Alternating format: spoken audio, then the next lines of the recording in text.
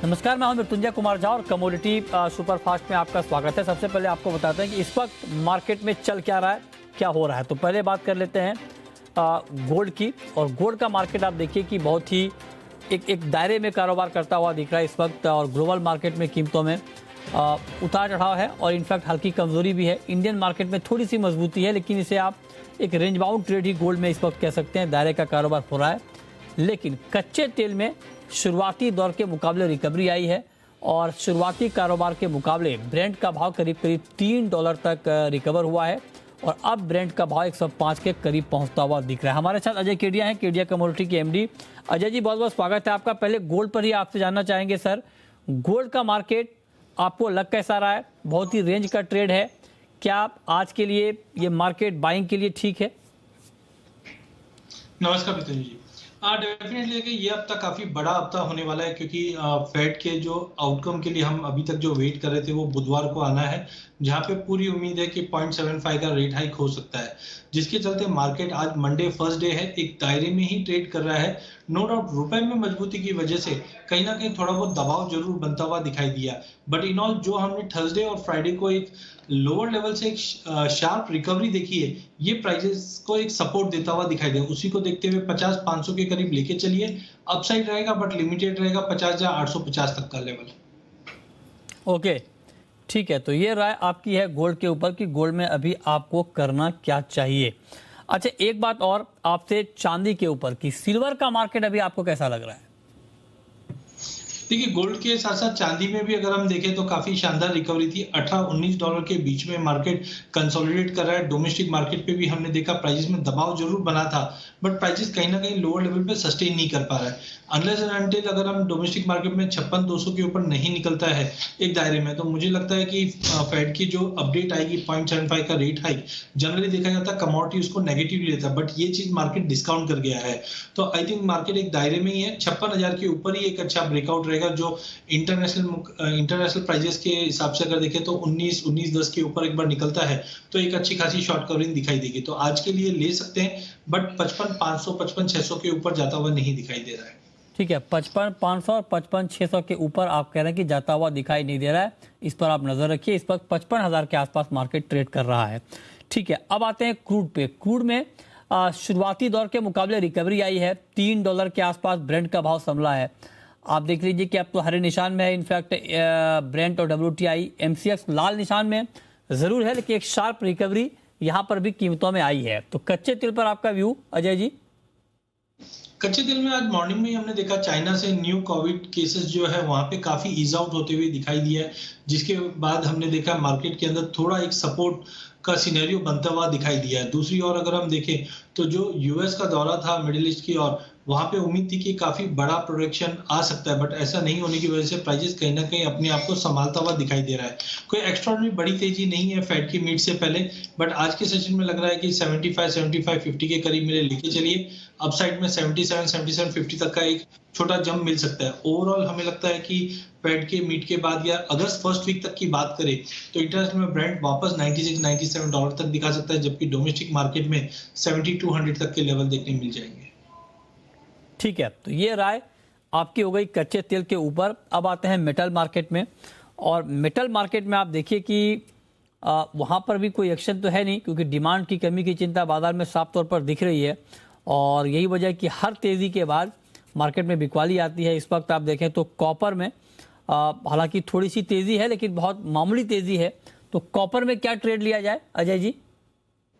आज अगर हम देखें तो चाहे हम सोने चांदी की बात करें, कच्चे तेल की बात करें, बेस मेटल, सभी जगह हम देखें एक रेंज बाउंड ट्रेड बना हुआ है फेड की मीट से पहले भी। और सोमवार जनरली देखते हैं in the absence of major data market दायरे में रहता है कॉपर में। लेकिन हम अगस्त वायदे की अगर बात करें तो कहीं ना कहीं चाइना से जो स्टेप्स लिए गए हैं स्टिमुलस को लेकर, ये कहीं ना कहीं पूरे बेस मेटल को एक नया बेस बनाता हुआ दिखाई दे रहा है। तो अगस्त मंथ के अंदर आप अगस्त कॉन्ट्रैक्ट का ध्यान रखिए, जहां पे 632 पे हम ले सकते हैं। 640 का इमीडिएट टारगेट रहेगा। ठीक है, तो ये राय आपकी हो गई कॉपर के ऊपर कि कॉपर में अभी आपको करना क्या है। अच्छा, अब जरा अजय जी आप बताएं कि नेचुरल गैस अभी करीब करीब 1.25% की तेजी के साथ यहाँ पर ट्रेड हो रहा है। 667 के ऊपर है भाव। नेचुरल गैस में इस भाव पर बाइंग का ट्रेड लेना ठीक है या अभी वेट करना चाहिए? बिल्कुल मुझे लगता है कि ओवरऑल बाइंग में ही रहना चाहिए। पहला कारण है रशिया और जर्मनी के बीच में अभी भी तकरार है, वो कंटिन्यू है। दूसरा, इस बार का जो वेदर अपडेट आया हुआ है नेशनल डिमांड, यहाँ पे हम जबरदस्त एक अच्छी खासी डिमांड देख रहे हैं, क्योंकि जो हाई प्रेशर यूएस में हॉट हाई प्रेशर बना हुआ है, जिसकी वजह से डिमांड अगले 7 दिन तक कंटिन्यू रहेगी। तो जो ईआईए के फोरकास्ट है उसके हिसाब से डिमांड कंटिन्यू मेंटेन रहेगी। साथ में अगर इन्वेंट्री डेटा की बात करें तो इस बार हम लोग देख रहे हैं, पिछली बार हमने देखा कि इन्वेंट्री में थोड़ा सा डेफिसिट रहा है। इस बार अगेन हम देख रहे हैं कि थोड़ा सा ड्रॉप रहेगा। तो ये दोनों कारण की वजह से प्राइजेस में एक अच्छा खासा उछाल कंटिन्यू रह सकता है। तो बाइंग करके चलिए, करंट मार्केट से भी या 660 पे भी आप अगर ड्रॉप मिलता है लेके चलिए। 680 इमीडिएट टारगेट रहना चाहिए। ठीक है, तो 680, तो आप कह रहे हैं कि 680 के टारगेट के लिए आप यहाँ पर बाइंग कर सकते हैं। फिलहाल भाव 668 रुपए के आसपास ट्रेड कर रहा है। ठीक है, ये तो बात हो गई नेचुरल गैस की। कॉटन सीड ऑयल के कपास खली, यहां पर आपका सुझाव क्या है? कपास खली में इस वक्त क्या ट्रेड लेना चाहिए? देखिए, टेक्निकली पिछले हफ्ते हमने देखा प्राइजेस में जबरदस्त गिरावट थी, जो 2500-2550 का एक बेस बनाता हुआ दिखाई दिया है। टेक्निकल ग्राउंड पे अगर हम देखें तो 2700-2720 का एक रिट्रेसमेंट बनता है। नो डाउट पिछले हफ्ते में हमने शुक्रवार के दिन एक अच्छा खासा फॉल भी देखा है, बट आज जिस ढंग से रिकवरी आई, हाजी मार्केट में भी लोअर लेवल से बाइंग है। साथ में जो कॉटन का एरिया है, यहाँ पे कुछ कंसर्न्स बने हुए हैं। गुजरात में जिस ढंग से वापस रेड अलर्ट कुछ एरियाज में दिया है, डैमेजेस है। नॉर्थ में भी पिंक बॉल वर्म का जो कंसर्न है, तो ये कॉटन और कॉटन सीड ऑयल के दोनों को सपोर्ट दे रहा है टेम्पररी। तो 2650 पे लेके चलिए। इमीडिएट एक जंप है टेम्पररी, जो 2740 तक का लेवल दिखा सकता है। ठीक है, ओके।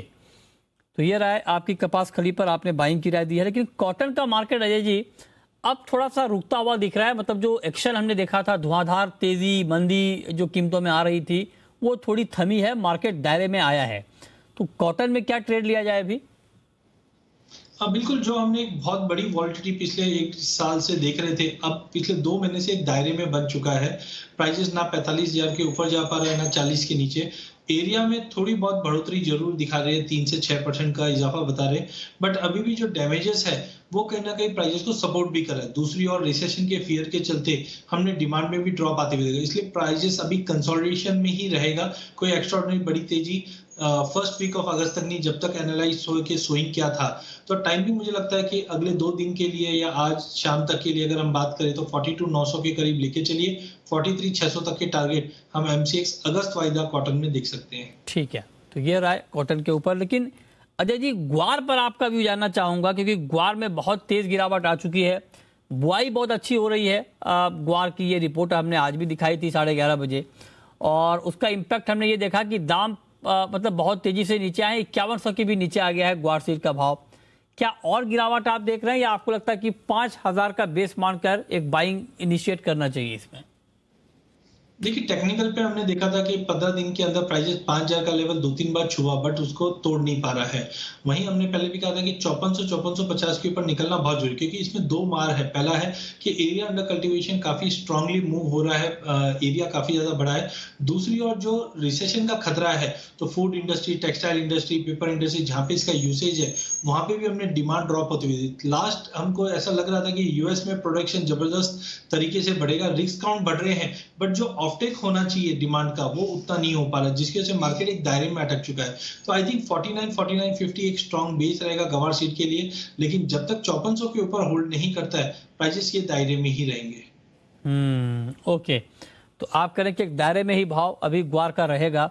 अच्छा, एक कमोडिटी और है अजय जी जहां पर हमने बड़ा उठापटक देखा है, और उस कमोडिटी का नाम है जीरा। आज 420 रुपए नीचे है, सितंबर का वायदा। क्या किया जाए? मसाले में मुझे लगता है जबरदस्त तेजी रहेगी, खास करके जीरे में, जिस ढंग से चाइना भी ओपन अप हुआ है। बट ध्यान रखिए, फंडामेंटल काफी मजबूत है। जो जनवरी 2022 में हमारे पास कैरी ओवर स्टॉक था और उम्मीद थी बहुत बड़ा प्रोडक्शन, वैसा आया नहीं है। तो आने वाले 2-3 महीनों में हम देखेंगे कि हमारी जो बैलेंस शीट है और टाइट होती हुई जाएगी। ग्लोबल मार्केट में सप्लायर खाली इंडिया ही है एज ऑफ नाउ। थोड़ा कंसर्न्स इसलिए बड़ी तेजी के बाद, क्योंकि डिमांड थोड़ा डेंट ले लेती, ऊंचे भाव में कोई भी स्टॉक करना नहीं चाहता है। तो आप देखेंगे 15-20 दिनों में यही सिनेरियो है कि 500-600 रुपया बढ़ता है, फिर 200-300 रुपए की गिरावट जरूर आती है। बट ओवरऑल फंडामेंटल काफी मजबूत है। चाइना से काफी ऑर्डर बुक्स भी बढ़े हैं, बट चाइना को भी पता है इंडिया से ही माल लेना है, तो ऊंचे भाव पे थोड़ा सा ठहर जाता है। तो मुझे लगता है कि कोई एक्स्ट्रा ऑर्डिनरी फॉल तो नहीं है, 23,200 का एक बेस बना लेगा। बट इन ऑल अगर हम सितंबर फर्स्ट वीक तक की बात करें तो 24,000 का लेवल आराम से क्रॉस कर जाएगा सोइंग से पहले। सोइंग इस बार अच्छी रहने की उम्मीद है। अच्छा, तो सोइंग अच्छी रहने की उम्मीद है, फिर सर दाम बढ़ेंगे घटेंगे? देखिए, अगर सोइंग अच्छी रहती तो डेफिनेटली प्राइजेस पे दबाव रहेगा।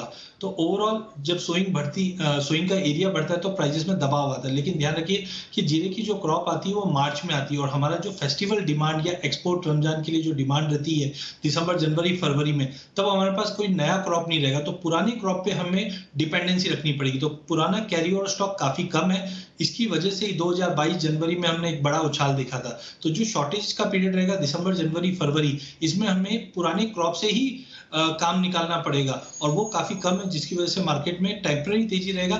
नया माल आने के बाद फिर हम एनालाइज कर सकते हैं डिमांड और सप्लाई का सीन क्या है, बट जो नया माल आएगा वो मार्च में आएगा। ओके, जो अच्छा ठीक है, तो ये राय आपकी हो गई जीरे के ऊपर कि यहाँ पर आप क्या कर सकते हैं। 465 रुपए की गिरावट इस वक्त जीरे में दिख रही है।